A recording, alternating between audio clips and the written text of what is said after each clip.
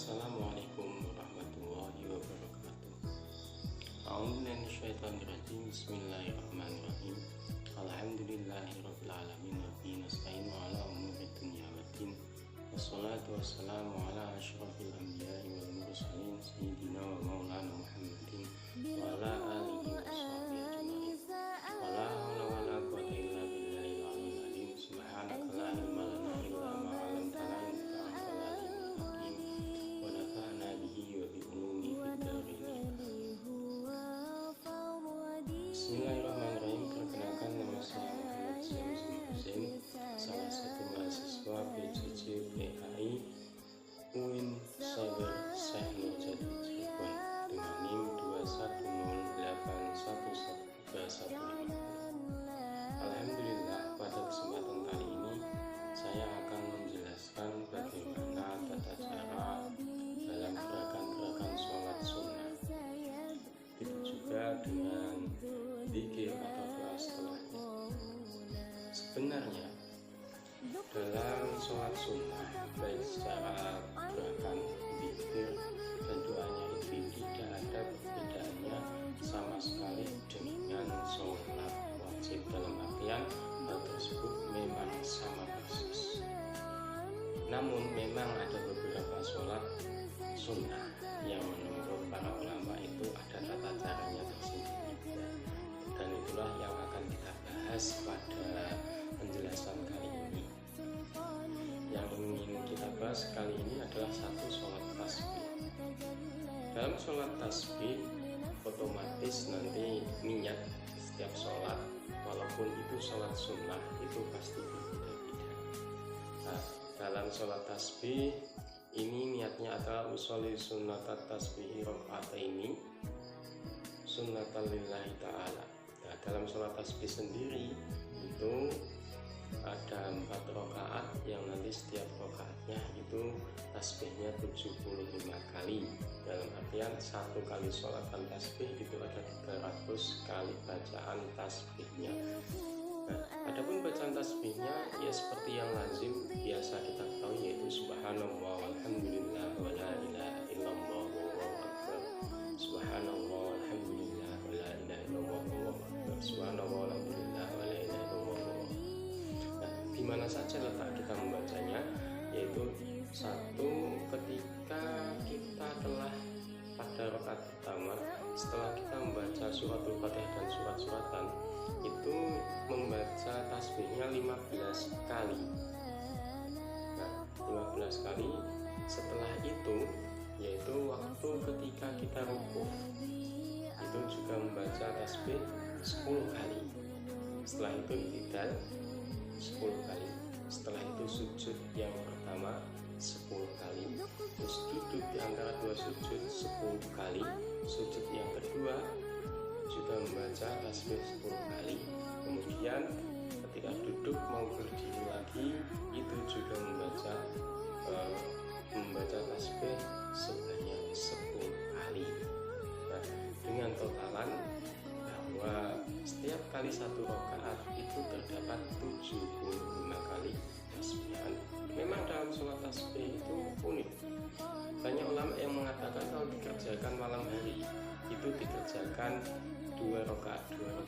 Dalam artian jika ditotal nanti ada 4 rakaat. Namun jika dikerjakan siang hari itu langsung 4 rakaat sekaligus dengan satu salaman.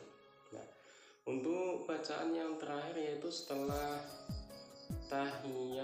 bacaan tahiyat akhir sebelum salam, kita juga membaca 10 kali. Yang penting itu nanti letaknya adalah ada 7 tempat, yang mana biasanya setelah selesai membaca suratul Fatihah dan surat itu 15 kali, dan yang lainnya itu adalah 10 kali. Nah, itu yang untuk sholat tasbih. Kemudian yang berikutnya yang berbeda lagi adalah sholat gerhana. Sholat gerhana di sini ada sholat gerhana matahari dan sholat gerhana bulan, atau yang biasa dalam bahasa Arabnya adalah sholatul khusuf dan sholatul khusuf gitu. Adapun niatnya sama, yaitu sholli sunatal khusufi rakaataini sunnatan lillahi ta'ala atau jika nanti untuk sholat gerhana bulan sebagai sunat al-khusufi rokaatain sunatal lain. Adapun waktunya yaitu ketika terjadi gerhana. Nah, kenapa kok ini kita bahas? Sebab dalam sholat gerhana itu setelah niat itu ada bahasanya, dalam bahasa Arab ada yahumani wa ruku'ani.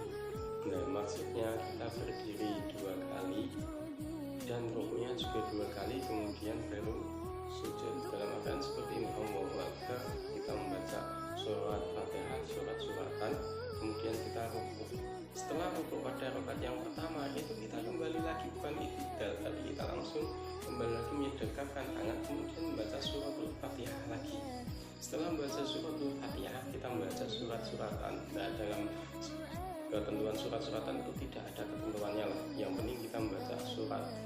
Nah, bisa surat-surat pendek atau mungkin jika waktunya panjang bisa membaca surat yang panjang, terserah ya.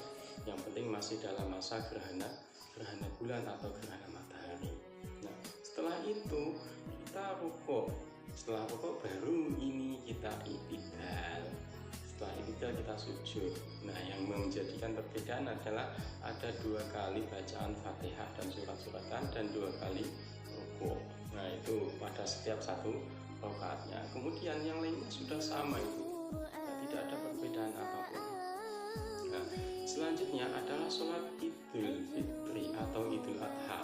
Jika Idul Fitri niatnya usul sunat Idul Fitri rakaat ini sunat Allah Ta'ala, itu tergantung nanti dia menjadi imam, makmum atau sendirian, tergantung.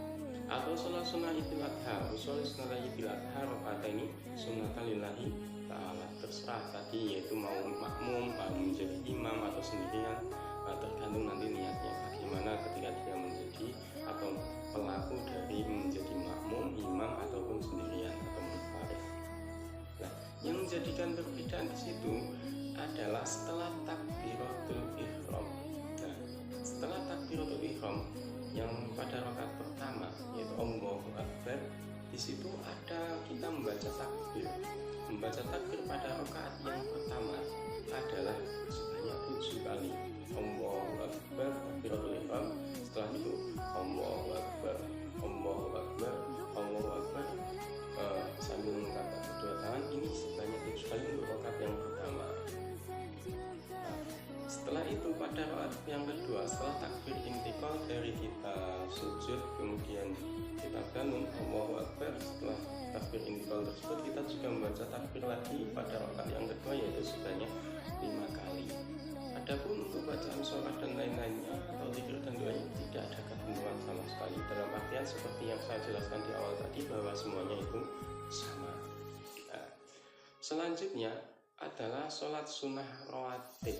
Sholat sunnah rawatib yaitu sholat sunnah qobliyah ba'diyah. Nah, ini sudah ada ketentuannya.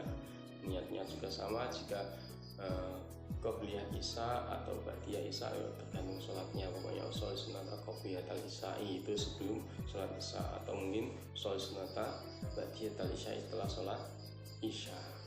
Kemudian sholat taubat, sholat hajat, dan sholat lainnya itu semuanya sama. Nanti tergantung sholatnya apa itu. Nanti yang membedakan adalah niatnya. Adapun tata cara dan zikir dan doa setelahnya itu sama semua. Ya, tergantung nanti bagaimana dia berdoa terserah.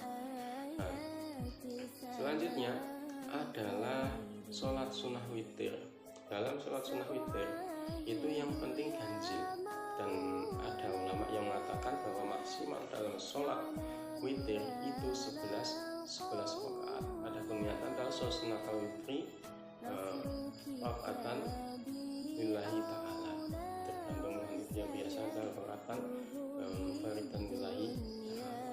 Itu biasanya yang lazim dilakukan adalah 1 kali, biasanya adalah setelah sholat isya, kemudian sholat sunnah 2 rakaat, baru sholat witir 1 rakaat. Nah, setelah itu adalah sholat duha. Nah, sholat duha ini niatnya adalah usul sunatan duha rakaat ini sunnatan lillahi. Nah, sholat sunnah duha sendiri itu minimal 2 rakaat dan maksimal dalam yang disebutkan oleh para ulama, sepengetahuan saya dalam kitab-kitab itu adalah sampai maksimalnya 12 rakaat. Dalam hal ini memang tidak ada ketentuan bacaan setelah suratul Fatihah itu harus membaca surat apa, tidak ada. Namun yang saya ketahui biasanya adalah setelah menjalankan sholat duha itu membaca surat al-duha 3 kali, setelah itu berdoa. Memang berdoanya itu agak beda. Biasanya ada Allahumma inna duha anuha wa baha wa qudrat wa ismat wa jamal jamal. Allahumma in kana rizquna bis sama'i fa'anzilhu wa in kana fil ardi fa'ahdathu wa in kana asyaran fa'asirhu wa in kana baitan fa'qaribu bihaqqi ulaika wa barik wa qudrat wa jamal. Rahmatika ya arhamar rahimin. Ya, kurang lebih doanya seperti itu. Nah, selanjutnya yang biasanya dilakukan lagi adalah sholat istikharah. Sholat istikharah itu sebetulnya juga sama dengan sholat wajib atau sholat sunnah lainnya, yaitu yang membedakan adalah niatnya saja.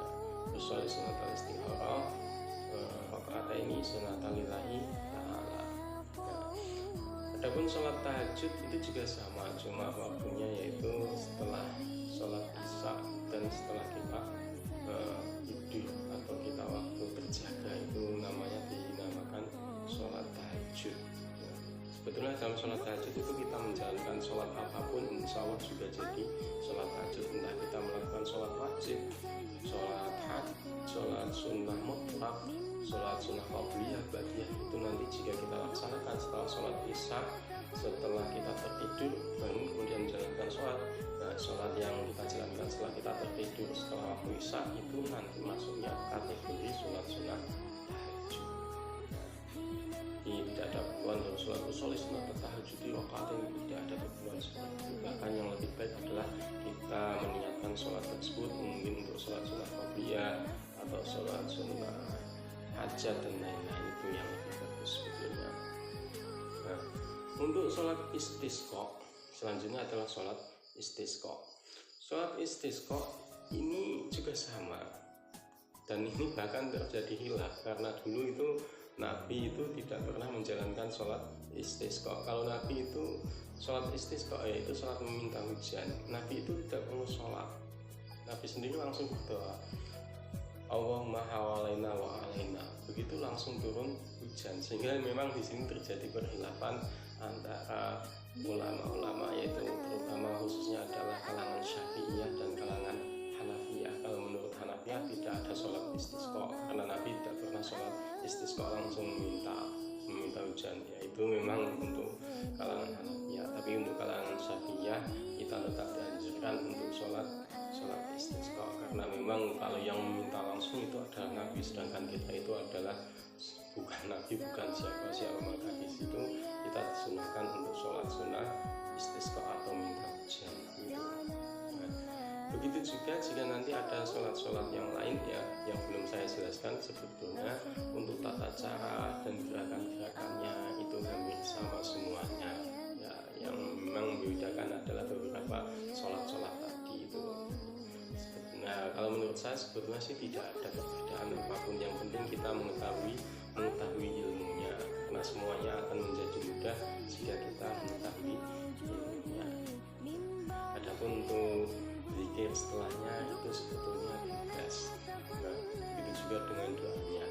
Yang penting kita melaksanakannya dengan sepenuh hati dan dari hati yang paling dalam, dan juga penuh dengan keyakinan bahwa apa yang kita niatkan, apa yang kita jalankan itu nanti akan mendapatkan ridho, dan juga doa-doa kita nanti akan diijabah oleh Allah dengan husnul kita. Nah, pokoknya doa kita insya Allah akan diijabah oleh Allah Subhanahu wa Ta'ala. Nah, demikianlah apa yang bisa saya sampaikan pada kesempatan kali ini, yaitu tentang bagaimana tata cara sholat dan dalam gerakan-gerakan sholat sunnah, dan juga begitu juga zikir dan doanya. Walhasil bahwa dalam tata cara sholat sunnah itu tidak ada perbedaan dengan sholat wajib. Nah, yang membedakan biasanya adalah niatnya saja seperti itu. Untuk tata caranya memang di situ ada sedikit perbedaan lah dari kalangan ulama. mengikuti para ulama sajalah, insya Allah lebih selamat dan insya Allah lebih sesuai dengan syariat, karena kita memang orang yang harus ikut pada ulama-ulama yang mana mereka adalah al-ulama warasatul anbiya. Sekian dari saya, Muhammad Zamli Al-Zain, salah satu mahasiswa PJJPA Indonesia Syekh Nurjati Cirebon. Pada kesempatan kali ini semoga bisa membawa manfaat bagi kita semua. Sekian dari saya. Assalamualaikum warahmatullahi wabarakatuh.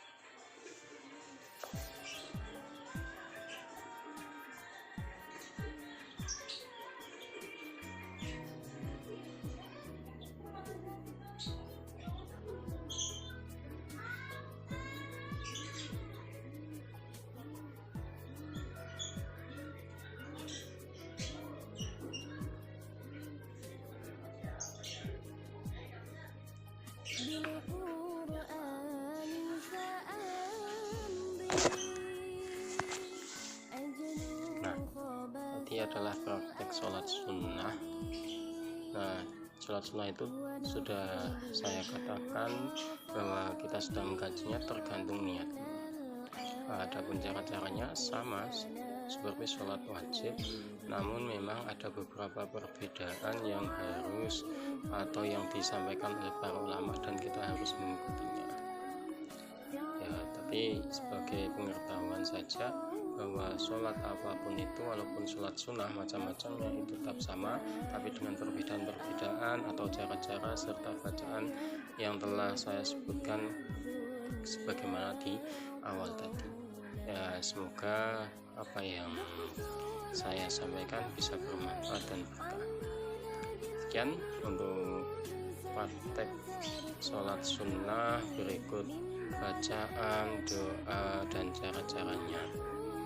Dari saya, assalamualaikum warahmatullahi wabarakatuh.